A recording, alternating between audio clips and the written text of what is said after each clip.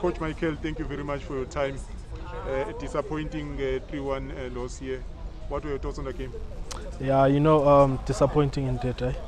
When you go to games like this and then you give instruction to the players and then they end up doing their own things, and then we're going to go out here crying with no result because this happens week in, week out. So we only going to grab points only if we change our mentality, and then that's it. Coming into this game, you came at the back of a win against KK Stars, but before that, you had some very, very bad games there, even losing 10-0 to this very same team. And did you think after the KK game you've turned the corner? Yes, with the previous match that we played, we did good. When we came to the match, they listened to the instruction, and then they had a hang of winning because of the previous games whereby we were losing, and then even in the log we're not standing good. So they changed their thoughts. They can do it. So at first they felt like they don't believe in each other. So that's when they like, okay, now we can do it. Let's step in. But then in coming to this game, okay, they were looking at the pitch.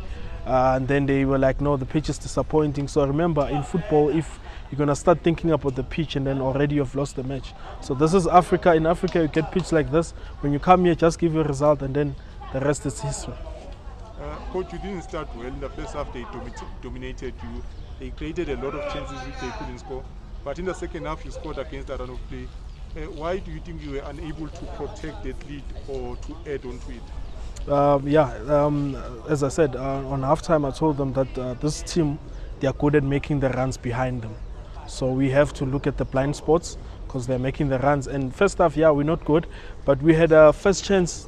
Goalkeeper made a good save, and if we could score that and then we came for the second goal, I think we would have won the game. But then coming to second half, we played a bit better, but centre back at the back, silly mistake, then they score and then we open more goals and then they come. That's how you end up conceding more goals if you have switched off. Coach, you said that your position in the log is not too good. You've had some bad results.